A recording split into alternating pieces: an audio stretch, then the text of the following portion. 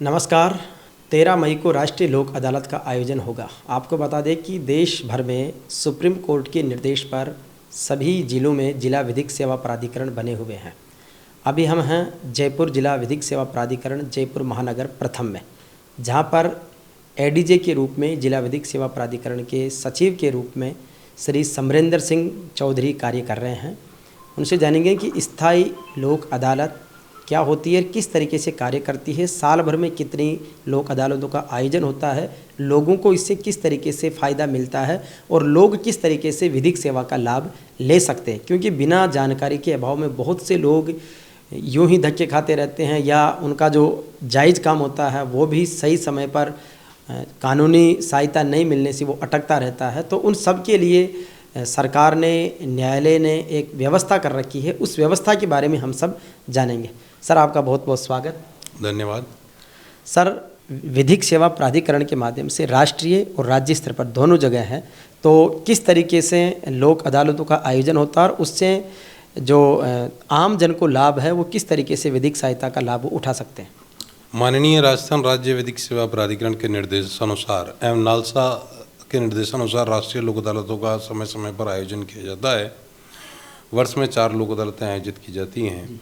आगामी राष्ट्रीय लोक अदालत का आयोजन 13 मई 2023 को किया जाएगा। उक्त राष्ट्रीय लोक अदालत में विभिन्न प्रकृति के मामले रखे जाएंगे। जैसा आमजन को यह एक मन में अंदेशा रहता है कि जो मामले लंबित हैं केवल वही रखे जाएंगे या अन्य कोई मामले भी इसमें रखे जा सकते हैं। माननीय राष्ट्रीय विधिक सेवा प्राधिकरण के अनुसार इसमें 2 कैटेगरियां वर्णित की गई हैं, जिसमें एक प्री लिटिगेशन कैटेगरी है और दूसरी एक पेंडिंग लिटिगेशन है। प्री लिटिगेशन कैटेगरी वो है जिसका अभी मुकदमा कोर्ट में नहीं आया है।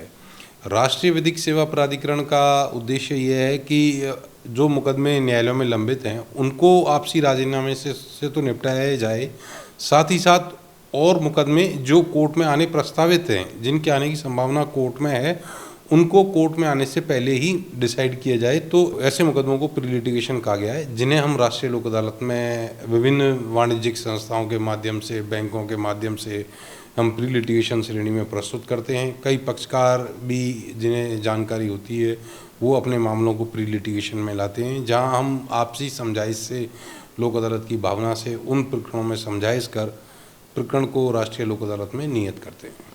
एक सर, जैसे जन सामान्य, जैसे मान लो किसी बैंक का मामला है, किसी रेवेन्यू मैटर है या और कोई जो न्यायालय में जा सकता है, लेकिन कॉमन मैन को ये पता नहीं होता कि किस तरीके से आपकी लोक अदालत में रजिस्टर्ड हो या किस तरीके के मामलों को लेकर आए, तो उसको किस तरीके से इसमें रजिस्टर्ड करवाना चाहिए?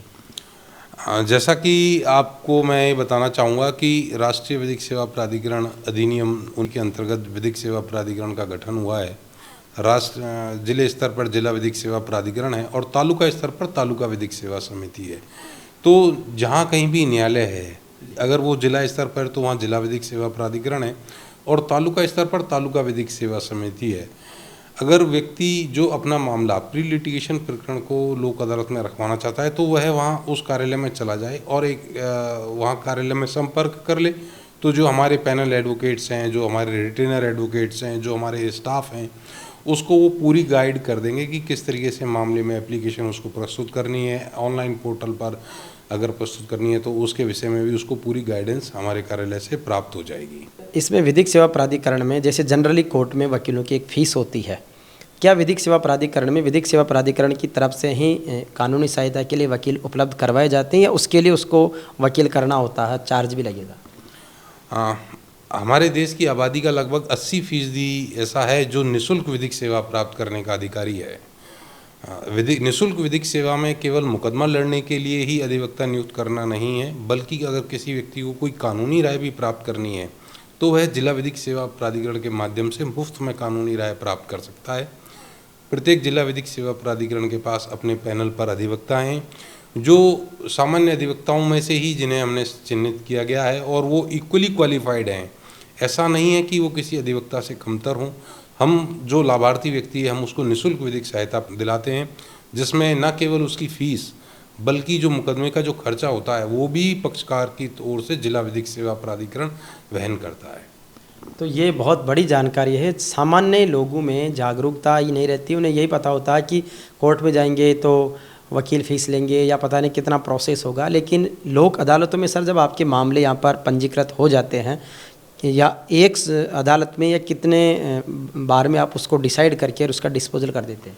लोक अदालत में माननीय राष्ट्रीय विधिक सेवा प्राधिकरण के अनुसार हम प्री काउंसलिंग के सेशन आयोजित करते हैं। कई मामलों में शीघ्र प्री काउंसलिंग हो जाती है, एक सेटिंग में ही मामला को लोक अदालत में निर्धारित कर लिया जाता है। कई मामलों में 2 या 3 सेटिंग जैसी भी प्रकरण की परिस्थिति होती है, प्रकरण के तथ्य होते हैं, उसके अनुसार तय होता है।